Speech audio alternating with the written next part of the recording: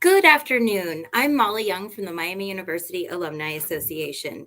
As part of the Miami University Alumni Association's webinar series, today we present Big Tech and Big Brother, the U.S. government's role in technology innovation.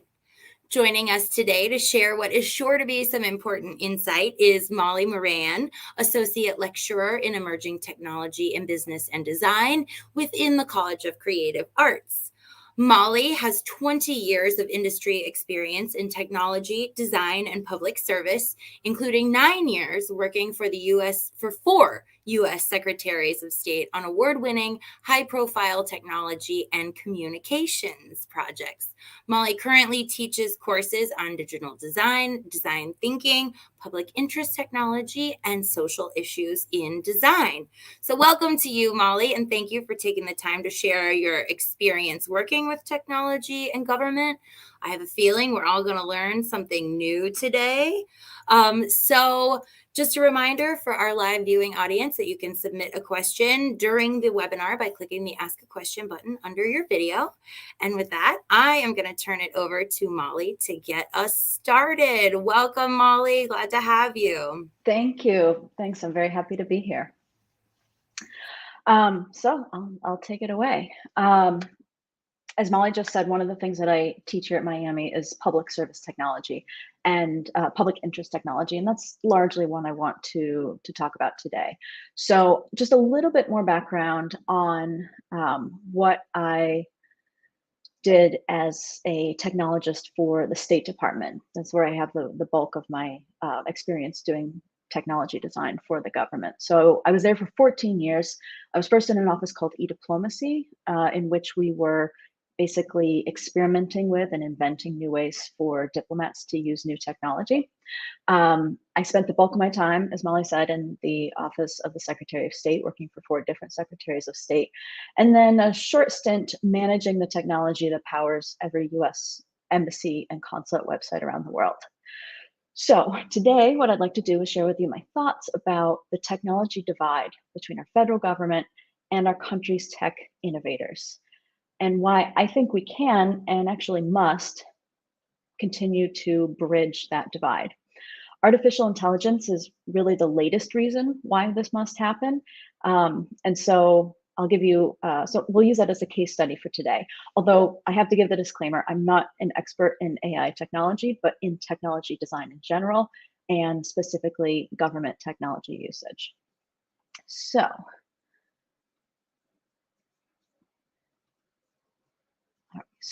just a brief overview of what do I mean when I say AI.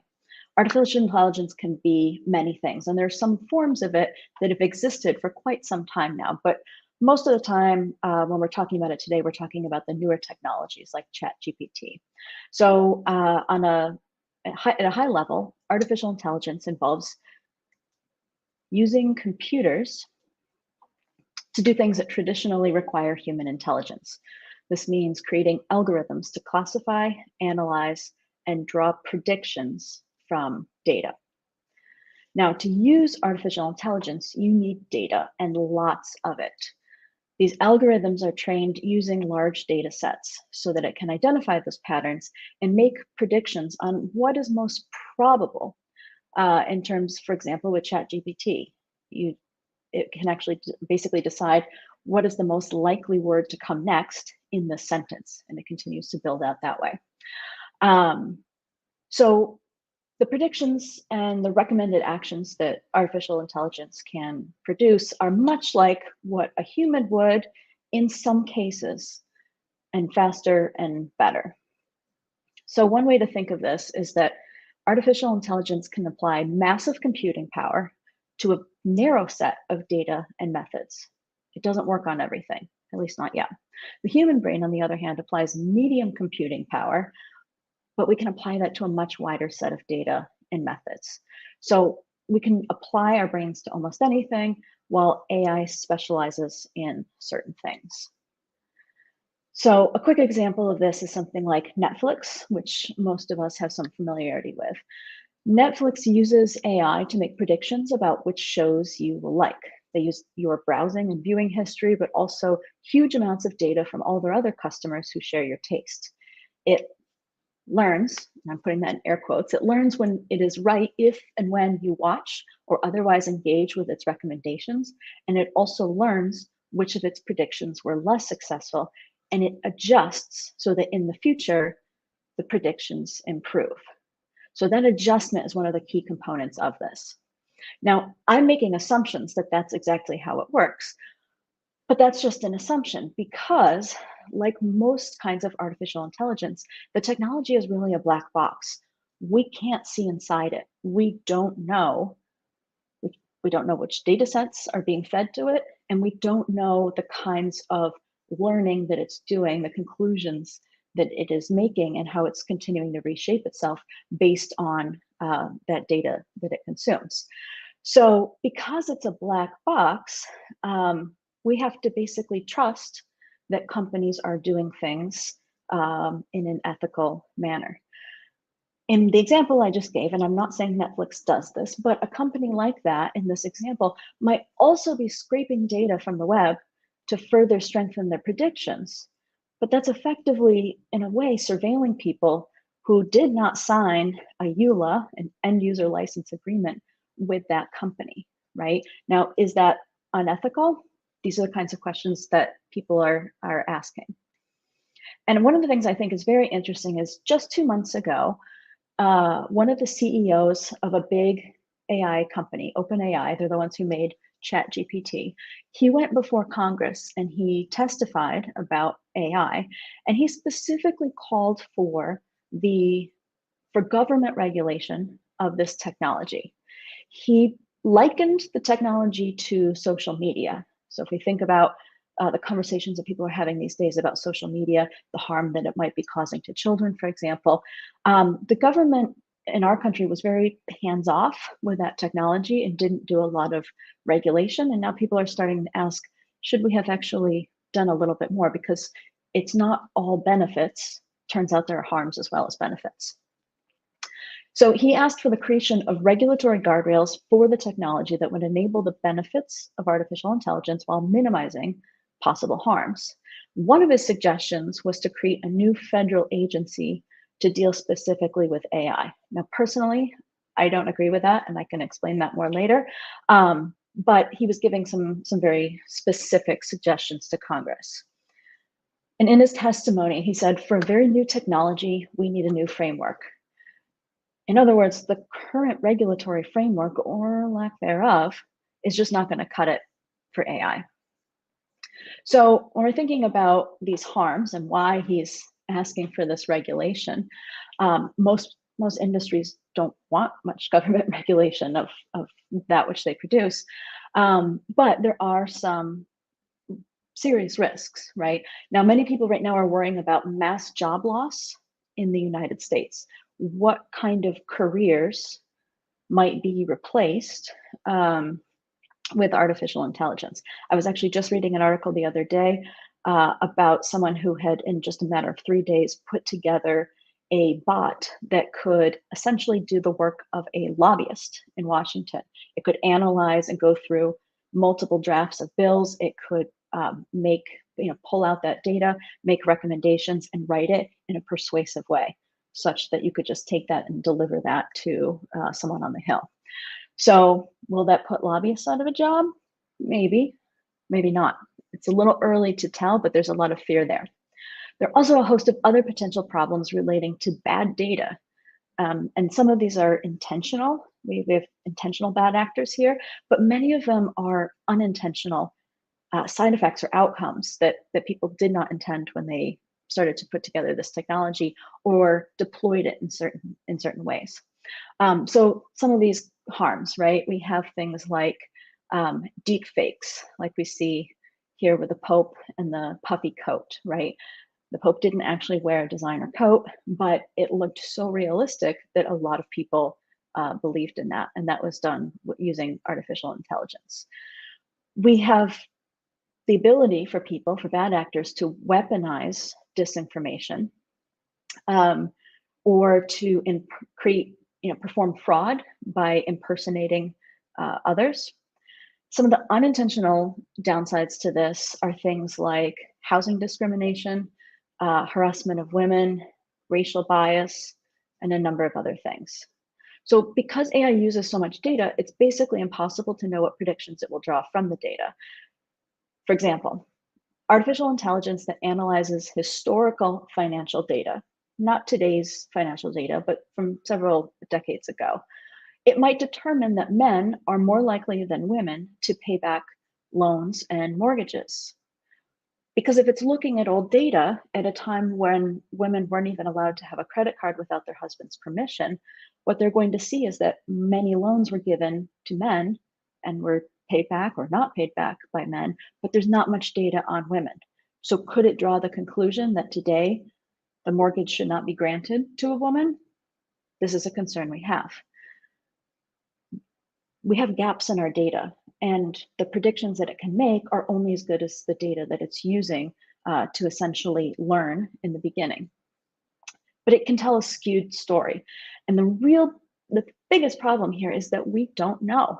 When an AI system decides who should be approved for a loan and who should be denied, how is it coming to those conclusions? Is it making those decisions based on biased data? Is it making those decisions based on unbiased data? Does it have a full picture? Does it not have a full picture? We don't know. And sometimes the people who created the software don't even know.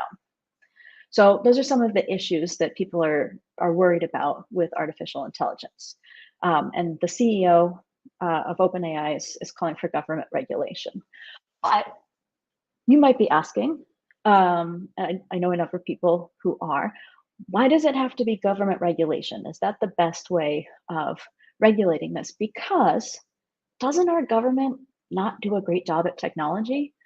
Some of you might remember several years ago now, the debacle with the healthcare.gov website. This was actually a big wake-up call in Washington because the Department of Health and Human Services had put together this website. It was one of the requirements of the Affordable Care Act, and people would go to it to sign up for or decline insurance through the Affordable Care Act. When they launched the site, they had 5 times more traffic than they had anticipated. It couldn't handle the load, and so it crashed almost immediately. They had trouble bringing it back online, and then there were also problems that certain parts of the site weren't really ready. They weren't finished, and so even people who could log in would find that the menus were incomplete or they couldn't enter their data, things like that. So that, like I said, that was a big moment, a wake-up call. After that, there were some initiatives to bring people from Silicon Valley out to Washington to try to fix said problem, specifically with healthcare.gov. But it's not just that one website.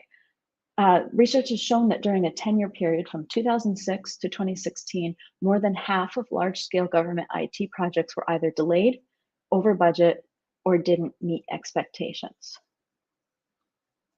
So why does the government struggle with technology? This is where my 14 years of experience comes in from the State Department.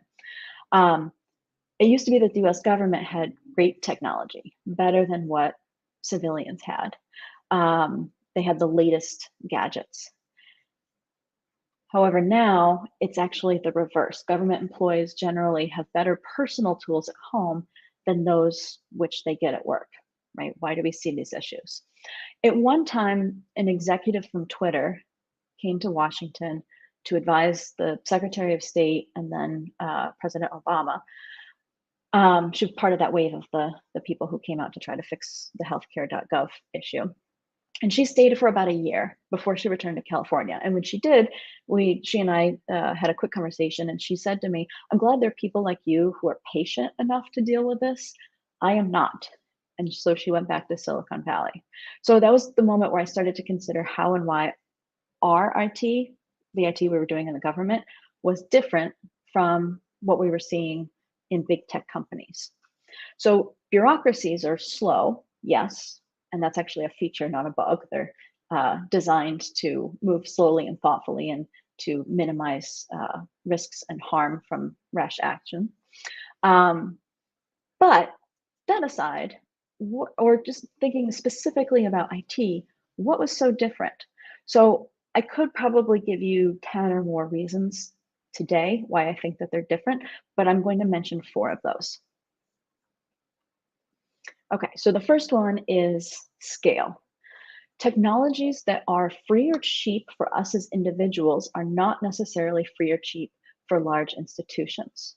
So during Hillary Clinton's tenure as Secretary of State, I attended a town hall meeting for employees, at which point one staffer went up to the mic and asked for a modern browser like Firefox.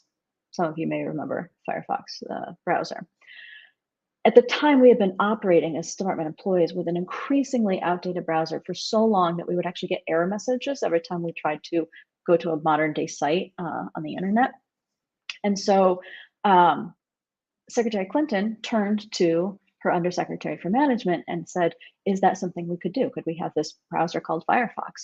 And his reply was, we can look into it, but it really depends on cost. At which time the entire 300-person auditorium unanimously cried, it's free.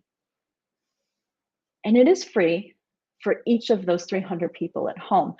But the Undersecretary for Management was right.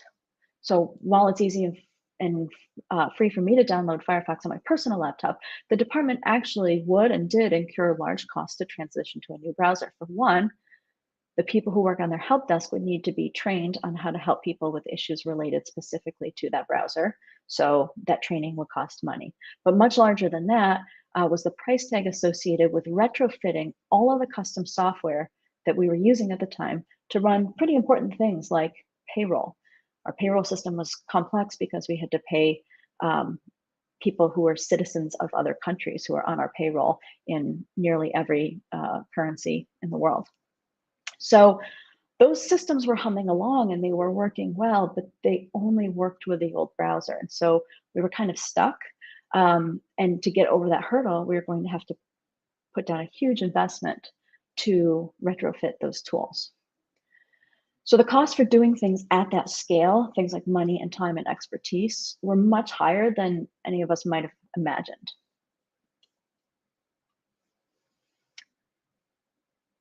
The next one is cost, more specifically. So my example for this one relates a little more closely to artificial intelligence. Many of us tend to think of things like Facebook and Twitter and other social media apps as being free. However, they're actually not. We all pay for the use of those apps with our personal data. Those companies collect data on our browsing habits, our demographics, our friends, our likes and dislikes, and then they turn around and sell that data to advertisers who will advertise through those platforms. So we're essentially selling our personal data in exchange for being able to use those social media services. So back in 2017, a new government official had come in and he asked me to design an app for employees to use. And I priced out what that would cost us because I had learned from the earlier incident with the browser that maybe building it ourselves was not going to be the most future-proof option. So we wanted to use a third-party platform, just an outside company that made software. We could license the software, customize it, and then launch it. So I gave him the price tag for that. And when I did, he said, okay, that sounds great. Can you do all that, but do it for free? And his reasoning was, well, I can use these tools for free in my personal life. So please make that happen here. But the US government is not allowed to sell the data of its employees or any of its citizens in order to save money. It's just not. So many direct costs for IT and government are much higher than we might expect. Okay. So the third reason is personnel. And this photo here, this is actually myself in the pink jacket, and then at the other end of the row there in the white jacket is Secretary of State Hillary Clinton. This was our technology team who was pictured with her. So personnel issues, this is beginning to change, but when I worked there, it was very hard to use the existing government hiring mechanisms to recruit, hire, and retain technologists. I had a boss who used to say, and I think he was only half joking, that he couldn't get top-notch technologists if they weren't allowed to work remotely and they had to get a security clearance. And his reasoning is because none of them wanted to move to Washington and all of them smoked pot. Now, that reasoning might have not been totally sound, but the outcome was evident. It was really, really hard for the government to compete with well-paying and flexible IT companies. Now, since I've started, the executive branch did create the US Digital Service, which deploys small IT teams to different agencies to help them with key projects.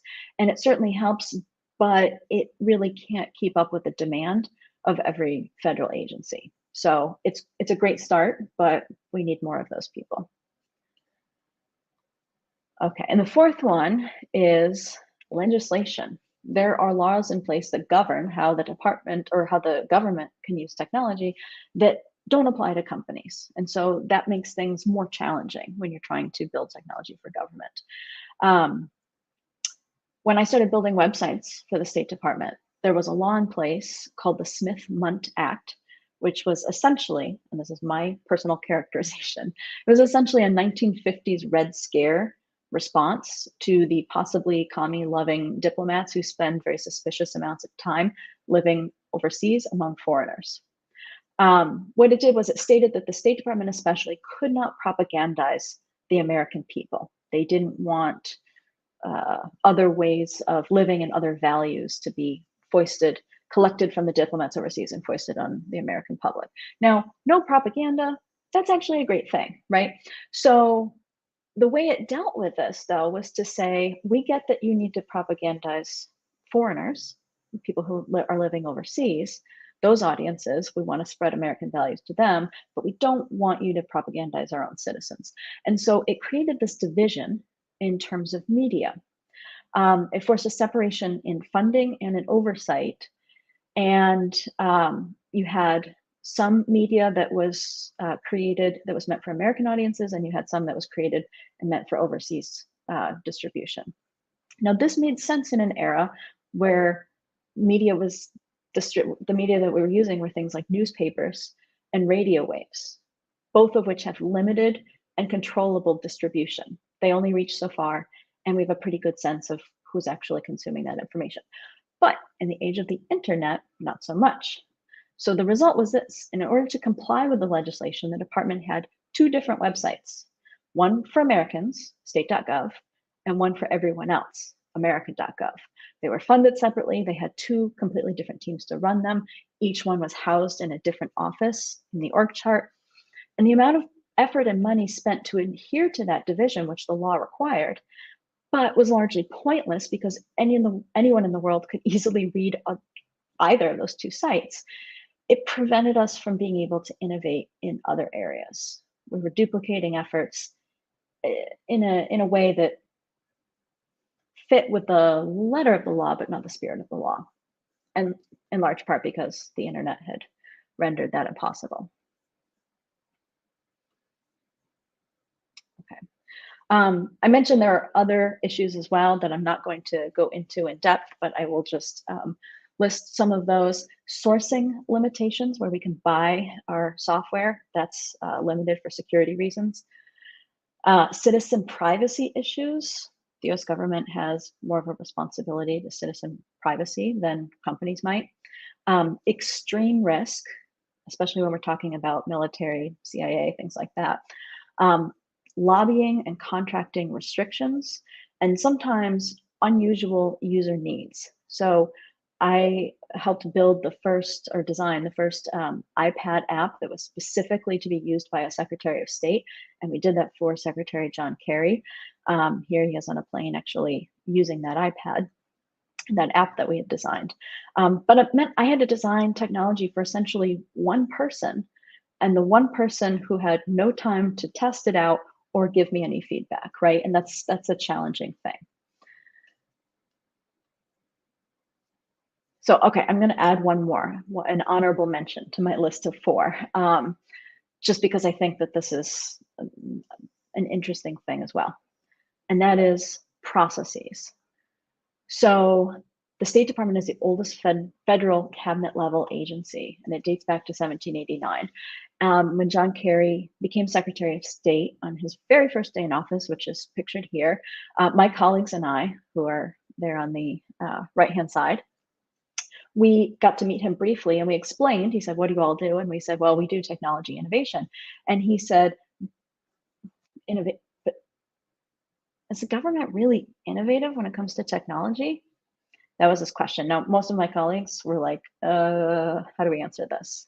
So I was the one who stepped forward to offer an answer. And my answer was one that I, all these years later, still very much believe is a issue here. So he asked if we were really innovative. And my response to that was, yes, most of our technology is from the 20th century. So it's slightly outdated, right? We were in the early 2000s, 2010s. So the technology is a little bit old, and some of it's from the last century, or most of it's from the last century. But the bigger issue for us is that the department's processes, the way that diplomats do their work, is really from the 19th or even the 18th century. The department over time has continued to shape its tech usage around all of those old processes, which hampered their ability to use modern technology to the fullest. Think State Department cables. If you've heard about WikiLeaks, you've heard people talk about State Department cables or DoD cables that were released, classified information, and put on the internet. Cables. Why cables? Well, because the State Department made great use of Western Union many, many years ago, and sent a lot of actual cables. We're talking dots and dashes and a cable lying along the ocean floor connecting the United States to France, and then later other countries. So those were cables at the time, the wire being the cable. They still call them cables to this day, and they still look transcribed like the cables of old. And they spent a lot of time and money contorting Microsoft Outlook so that it could produce something that looked as if it was delivered by dots and dashes and a wire on the ocean floor. So they're using the modern technology, and they're using it in an old-fashioned way. So that was another big issue that I had to contend with in that role. Okay, so what about the legislature? Everything I just talked about are really executive branch issues. So certainly if Congress followed the one suggestion of the CEO of OpenAI, and they created a federal agency just for artificial intelligence, that agency would most likely end up in the executive branch and would most likely be limited in some of those ways that I've just described. But if we're thinking about just the legislative branch themselves, the lawmakers, can we reasonably expect Congress to create appropriate guardrails which would protect citizens and also allow for innovation? Do we see some of these issues that I just mentioned also hindering lawmakers? And I would say that the answer to that is yes and no. The legislative branch does not implement government services like the executive branch does. So some of those issues might not apply to their work, but one of them is certainly a shared problem, and that's the one of personnel. Generally speaking, the people we elect to Congress are usually not tech experts, and they're certainly not expert enough to fully understand technology that is as complex and constantly changing as artificial intelligence. So can we expect them to regulate something that they probably don't understand? So that makes me kind of want to back up for a second and say, but couldn't someone else do it? Does it have to be this group of people who has these challenges in place? So if we think about who actually regulates technology in this country, it happens in a couple of different ways. If we look at the European Union, their centralized government regulates technology far more than the US government does. Here, traditionally, the approach has been largely to let the market guide usage, and to also hope that the tech companies will govern themselves and behave ethically. And it's worked to some extent. Tech companies govern the way people use their technology through things like end user agreements, the click here to accept our terms of service, which of course we always read very carefully, but also through the code itself. The way that you code things can allow for certain behaviors from your end users, or could inhibit or prohibit certain behaviors. So one example of this is if you're filling out a form online and there's a little red asterisk, that means it's a required field. They're not just saying, we really want you to fill out this field. They will actually disable the submit button until you put some kind of string value in that form field, and then the button will be rendered active and you can actually submit. So it's not just making suggestions, it's actually forcing you to comply with the technology in a particular way. So the code itself can actually create some laws about how we use technology, and the market does that in a way as well. But the fear now is that artificial intelligence might be able to actually override some of what I just described, because artificial intelligence can essentially reprogram itself. And that's the part that still blows my mind. It can write computer code and create its own software based on the things that it's ingesting and learning from elsewhere. And so if AI can reprogram software, does that give the artificial intelligence the ability to create those kinds of laws or shape our usage of the technology? It might. The ability for a company to regulate themselves is more limited, and certainly the market may not encourage self-regulation, the market for AI, because it's growing so quickly. So we might hope that the benefits of the European Union regulation, which is being formed now, might extend to us here in the United States. We've actually seen that happen with websites and privacy regulations for the same reason that the Smith-Mundt Act that I mentioned earlier failed in the age of the internet. Because an American website owner can't easily prevent Europeans from accessing their site. And so they feel that they need to build their sites in a way that complies with EU's privacy laws. And there have been some lawsuits over this, and so most people decided, let's just fall in line with the privacy laws, even if we're based here in the United States, because many of our users are European. Something similar could happen with AI, but since most of the AI innovation seems to be happening in this country, and not all of it will be used by European citizens, EU citizens, we still need the government in the United States to step up. So I agree with the CEO's call for government regulation. It's not going to happen by another mechanism, but we're not ready to do it.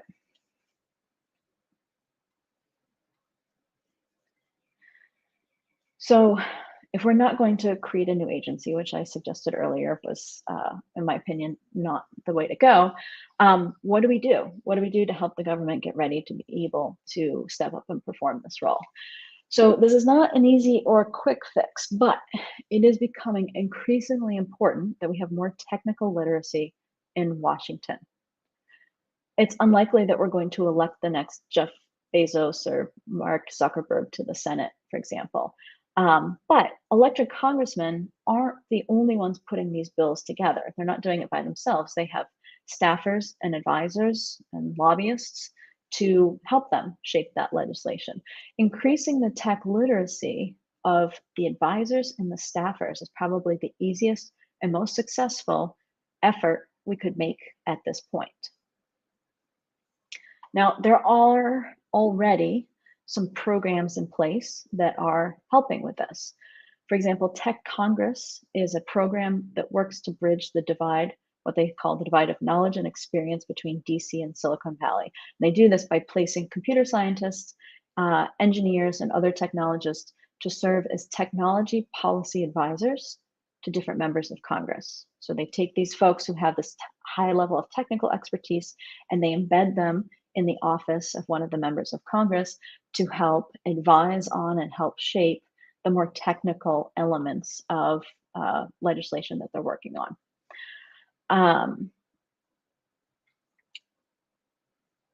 There's actually a similar version of this program that's been operating for longer in the executive branch, where they take scientists and they bring them in and they advise within the executive branch. So this is a similar model, but it's technology and it's Congress.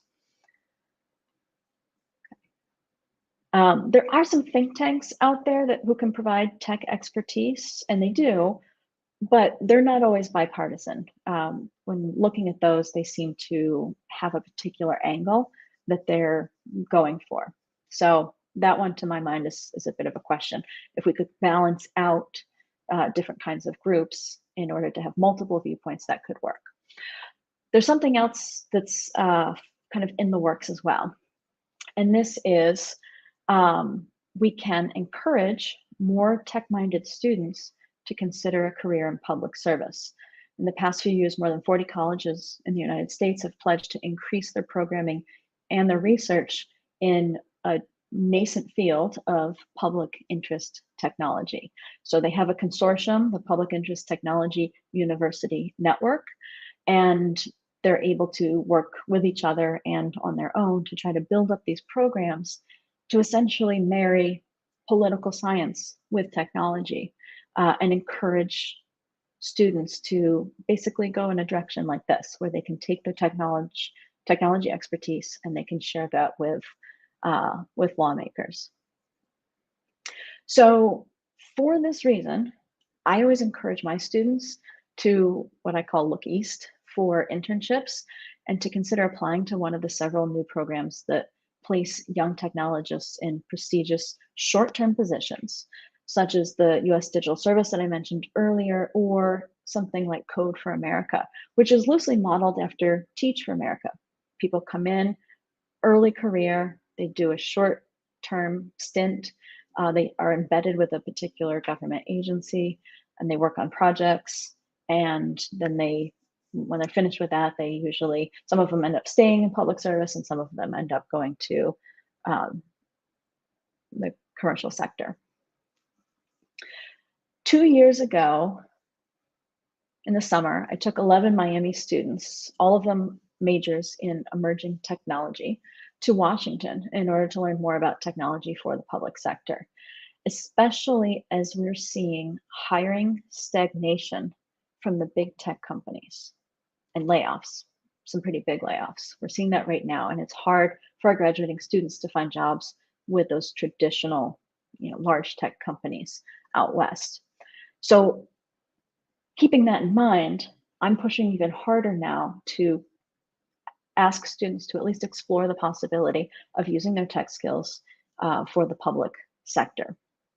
It can be a rewarding career. It could be a short-term stint that just helps them step up to get the next job. It's a great chance for them to do really challenging work, and it's challenging work because of some of those issues that I listed earlier. You have to be really creative, you have to be patient, but it's for an important, the mission is worthwhile, it's important work, and so the challenge, I think, is one that is worth embracing. And people who do this are able to contribute something that benefits not just the people who bought a particular piece of technology, but possibly could benefit the entire country. And so as artificial intelligence grows in use and in complexity, we're certainly going to need the help of public interest technologists, such as the students that we have pictured here.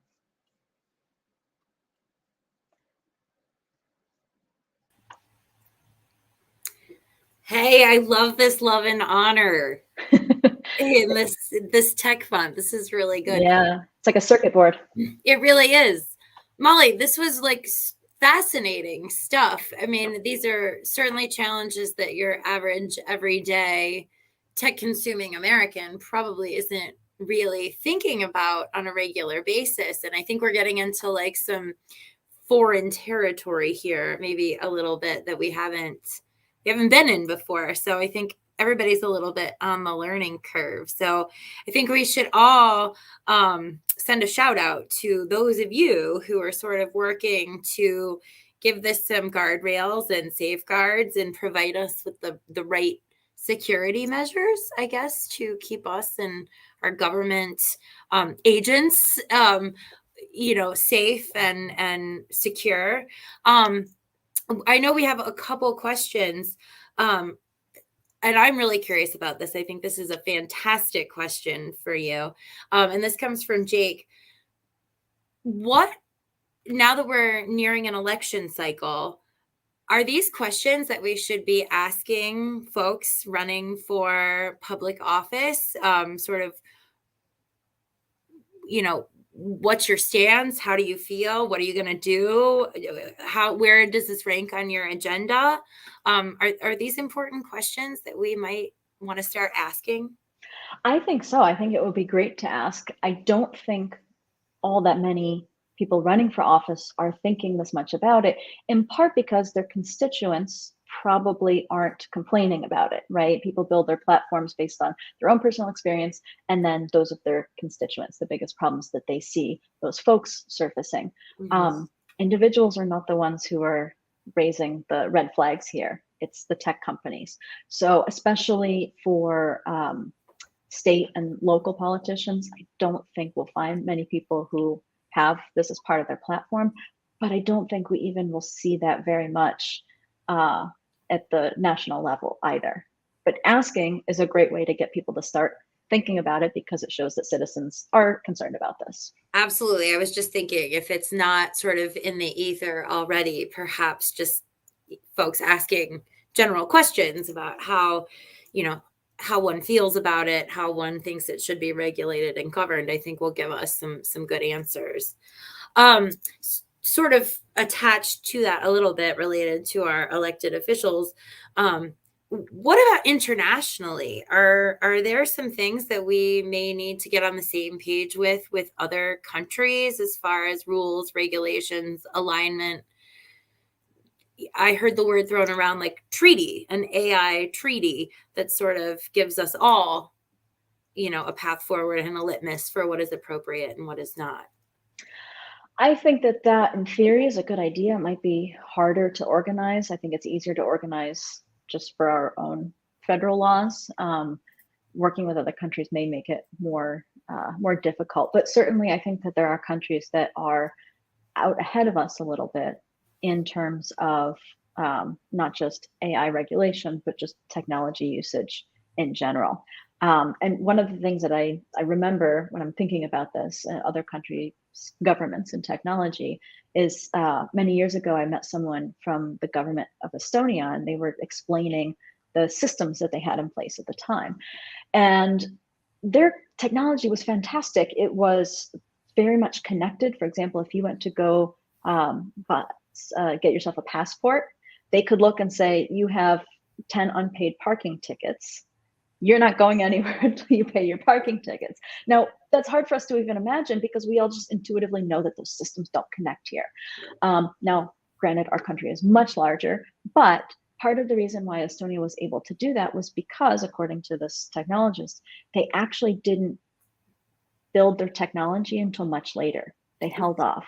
So while we had different government agencies, each inventing different ways of using technology for themselves and building their own things with their own budgets, we ended up with lots of different solutions in place that it's very hard to pull together. Estonia was not a quick mover on that. And so when they sat down and said, we need to modernize our government infrastructure here and our citizen services, they were able to create a blueprint for here's what it will look like across all of our government, right? So in that sense, State Department being so old is struggles more than most. Newer organizations, I think, don't have as much embedded in terms of technology and processes that keep them from doing that.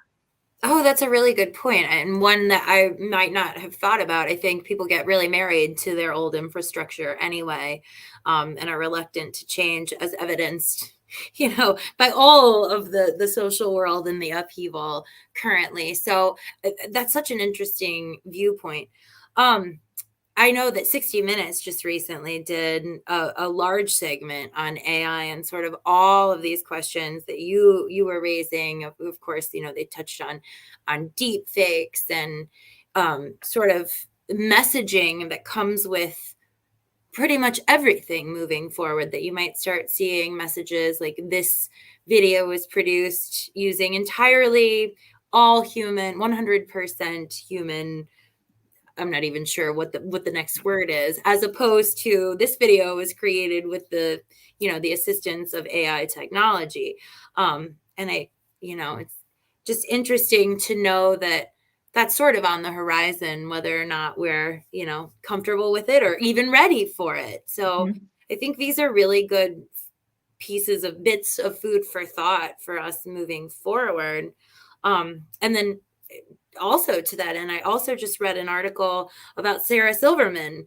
I think she's suing Chat GPT for using her intellectual property because it's this sort of large thing that the algorithm is learning by, and it's taking everything on the internet. And so where does, appropriate acknowledgement come and source citing? And there's so much gray area here, not only with our government's usage of technology, but sort of it catching up to the human race anyway. These are Yeah. all just, it feels very deep. Yes. It's a very large set of opportunities and a very large knot to unravel as well. Yeah. And what you were just saying about Sarah Silverman and a lawsuit, I'm not a lawyer, so I'm going to have a layperson's perspective here. On one hand, I think it makes perfect sense, right? That is her intellectual property, and they're using it without permission and without remuneration, for example. But on the other hand, does it spit out its own work that is demonstrably different from hers to begin with? So yes, they're using it, but that's not what they're putting out into the world. It's not the output. It will be different because it's blended with all the other things. And so it'll be interesting to see how copyright lawyers interpret something like Yeah, that. I guess that amalgamation of things is going to muddy the water a little bit, I think. Yeah. Oh boy. Yeah, this is you're right, a very big nut to unravel and crack, I believe.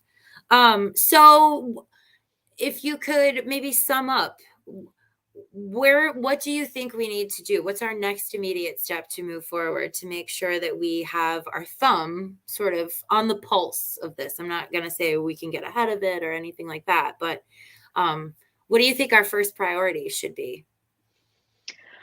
Oh, in terms of looking very specifically at what kinds of guardrails to put in place. Yeah, I think maybe that's where this question was going. Um, That's a great question. I'm not sure I have an answer that I'm 100% committed Not to to. put you on the spot. This can be just your personal reflection on it. um, I think that the biased data is an issue. Um, but I think one fairly easy step, honestly, is to require companies to publish documentation about where they're getting their data and how, as best they can tell, how their AI is using that data. In the OpenAI CEO's testimony, one of his other recommendations was to create an independent commission that would review new technologies before they were deployed. That might be a way of doing that as well, especially if you can staff the independent commission with people who really have that tech expertise. And that kind of makes it government adjacent, right? The European Union is doing some of that right now where they're funding consortia of tech companies and nonprofits and think tanks, and those groups are working together to propose to the government officials there what the next steps should be in order to achieve the goals that they've outlined the goals that they want to achieve, and then they've turned it over to these consortia in order to be able to say, here's how we can do it. The government funds that, but they're not putting their own people in the role of doing that research and making those recommendations. They're essentially outsourcing that to diverse groups, not just one company, right? But a couple companies and think tanks and nonprofits and people with different interests working together to try to figure that out. Yeah, I'm really glad you say folks with different interests, not only technology folks, but I think, social scientists and philosophers. And it seems like we need a lot of heads in this game because it's so multifaceted. And I wonder, it feels like a big machine. Is there a way? I mean, you mentioned like Estonia being a small country, and so that is easier to sort of build on and build out, I suppose. So if these companies developing this technology, if they release in small nuggets, so we get this opportunity to sort of get a handle on what it can do, where it can go, what its end results could be. Do you think that would lend itself to sort of helping us figure out how we use this together for the common good? Well, I think it's pretty much impossible to predict what this technology will look like in 5 years, That's also true. much less 10. And so I think it has to kind of the innovation and the regulation need to be fairly closely aligned, one just behind the other. It's hard to get out ahead of it. Yeah, it seems Maybe impossible to get impossible. out ahead of Yeah. it. Yeah. Yeah. Something's already thinking about that in the AI department, I'm sure. Well, Molly, this has been really, really fascinating stuff. I think this gives us sort of an inside scoop on what we're maybe not thinking about all the time and what may become sort of more regularly thought about, sort of moving forward in this life. So I have this feeling we could invite you back in like a year and you would have this whole different bag of stuff to talk about Perhaps. related. So Perhaps. we'll look forward to maybe touching base with you again, getting some updates on all the new advances to advancement, if you will. Yes. Excellent. I'd be happy to. Awesome. Thank you again, Molly. This is fascinating, interesting, a little bit unsettling, but very cool, all in the same token. And we're really glad that we have folks like you sort of watching out, giving some of your own guardrails and just making sure that this technology works for the reason it's supposed to work, for the folks it's supposed to work for, and subsequently the rest of us sort of by default. So thank you very much for being here and for sharing your expertise. As a reminder for anyone watching, you can watch a recording of this webinar later today on our website. You can see this and other webinar presentations at alumlc.org/MiamiOH. Thank you all for joining us, and love and honor to you. Have a great day.